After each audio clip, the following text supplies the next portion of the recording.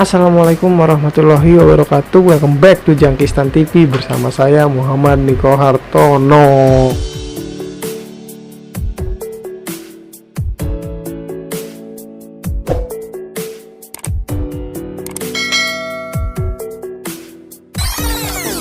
Di sini saya kembali di channel YouTube saya yang sudah beberapa hari tidak memposting video, dan sekarang saya akan menjawab janji saya dari postingan sebelumnya yang berjudul Hama Itu Apa.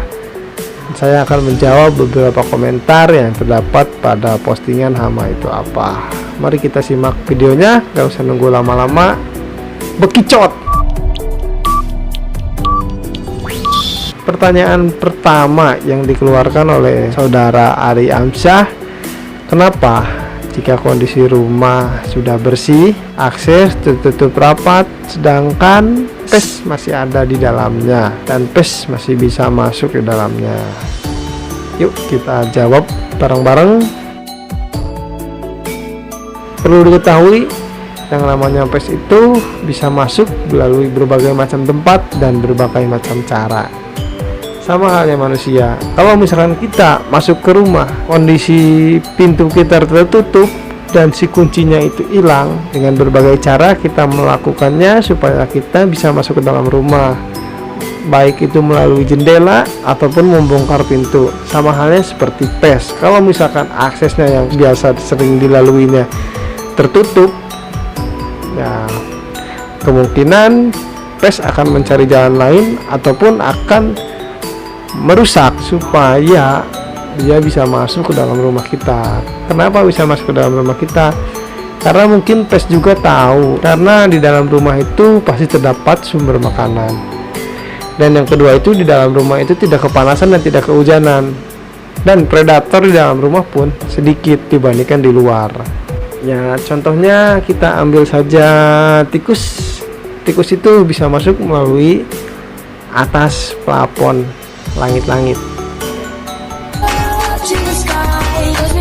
karena kalau ya biasanya saya juga di rumah, kadang di rumah itu berisik, di plafonnya ada tikus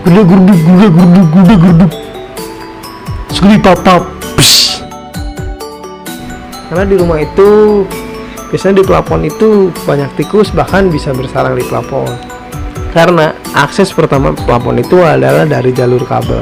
Yang namanya jalur kabel itu pasti dibuatkan oleh orang-orang ataupun dibuatkan oleh pemilik rumah sebelum kita. Kalau misalkan kita kondisi rumahnya itu kita beli dari orang lain, kan otomatis itu si kabelnya itu pasti namanya kabel di warga pemukiman itu enggak langsung nyambung dari tiang ke rumah. Ada yang dari rumah dicabangin ke rumah lain atau gimana lah caranya. Tapi emang banyak kasus, baik di industri, kantoran, ataupun rumah, tikus itu masuknya melalui jalur kabel. Itu yang pertama. Untuk yang kedua, tikus bisa masuk melalui lubang kloset tempat kita pup, pup.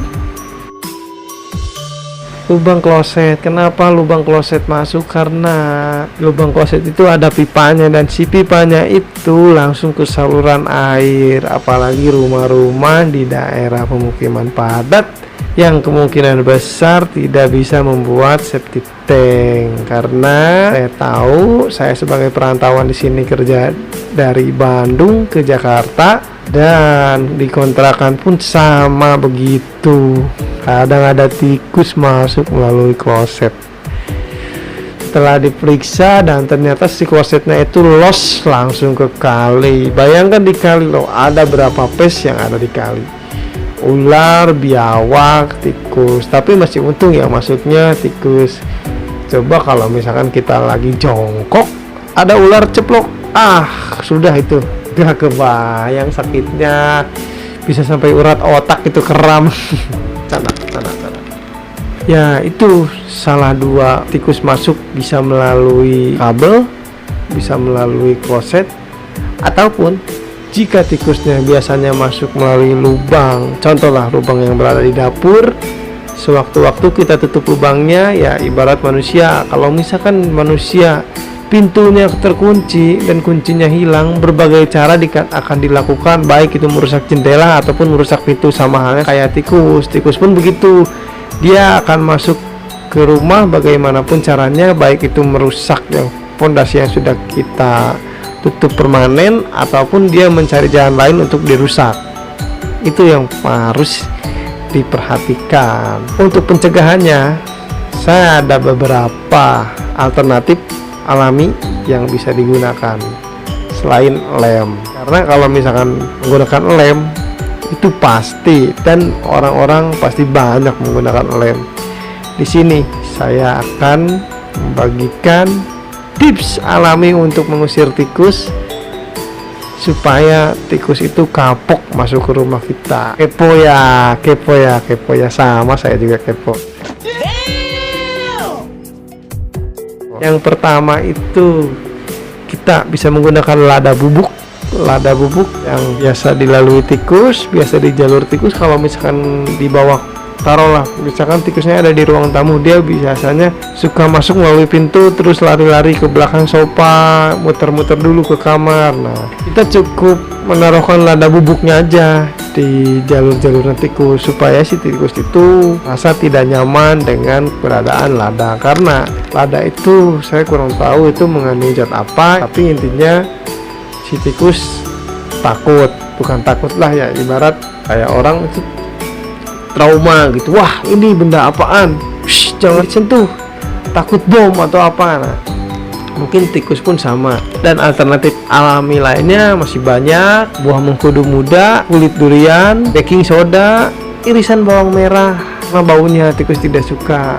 Mungkin ada beberapa alternatif alami lain yang ditakuti oleh tikus, tapi saya di sini yang biasa saya gunakan itu yang pertama itu lada bubuk, yang kedua kulit durian, yang ketiga irisan bawang, terus baking soda, terus daun mint. Iya, itu daun mint, buah mengkudu dan lain sebagainya.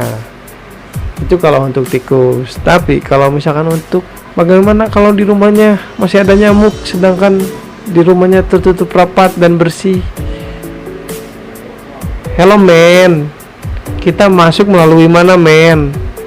Pintu kita sering kebuka men, apalagi kalau kita pergi, ibarat kita nyari makan keluar malam, taruhlah jam 8 kita nyari makan keluar, ataupun kita ke warung mau beli rokok atau mau beli kopi atau apapun itu, pintu ngebuka sedetik pun itu nyamuk bisa ratusan masuk kalau misalkan nyamuknya udah standby di depan pintu. Ya, jadi mungkin itu yang bisa saya jawab dari pertanyaan Ari Amsyah.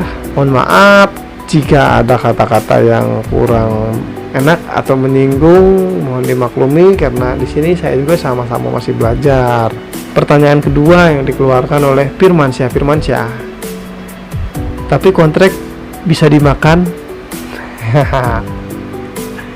Mungkin bagi sebagian orang itu tidak tahu apa itu kontrak. Saya jelaskan dulu kontrak itu apa. Kontrak itu adalah racun buat ngebunuh tikus, tapi ngebunuh tikusnya tidak sekali makan langsung mati. Dia tikusnya itu makan kalau nggak salah sepengetahuan saya 28 jam ataupun 48 jam ataupun 72 jam ataupun beberapa hari ke depan lah tikus bisa mati kalau misalkan memakan kontrak itu. Karena kontrak di dalamnya itu terdapat zat bromodiolum, itu nggak tahu zat apaan ya, intinya itu buat ngebunuh tikus intinya. Tapi kalau misalkan buat dimakan saya rasa tidak. Yang namanya racun pasti mempunyai efek samping. Soalnya kalau makan racun, kalau misalkan ntar mati, mungkin Tuhan akan ketawa melihatnya, malaikat bilek, wah ini orang kok makan racun, ini nyari ngeprank malaikat ini atau apa. Bercanda. Mungkin cukup sekian dari pertanyaan-pertanyaan yang sudah dipertanyakan melalui kolom komentar, dan saya menjawabnya dengan ala kadarnya. Jawabannya itu ya saya itu setahu ilmu saya, kalau misalkan pengen jawaban lebih rinci, ya mungkin harus lebih sering baca-baca lagi buku mengenai PES, ataupun kita cari info di gulu-gulu. Ya, sekian dari saya. Mohon maaf jika ada salah kata atau salah perbuatan yang disengaja ataupun tidak sengaja. Sebelumnya saya mohon maaf kalau ada salah. Terima kasih kepada kalian semua yang sudah menonton video ini. Semoga apa yang saya sampaikan kepada kalian itu bermanfaat dan bisa digunakan di kehidupan sehari-hari. Dan jika video saya bermanfaat, kalian bisa klik tombol like, subscribe, dan klik share kalau video bermanfaat. Tapi kalau tidak bermanfaat, ya itu terserah kepada kalian. Intinya di sini saya sebagai narasumber, saya membagikan ilmu sesuai kadar otak yang saya punya. Mungkin saya bukan orang jenius atau orang pintar, saya hanya orang biasa yang mencoba membagikan sedikit ilmu kepada kalian semua mengenai PES. Mungkin sekian dari saya. Assalamualaikum warahmatullahi wabarakatuh.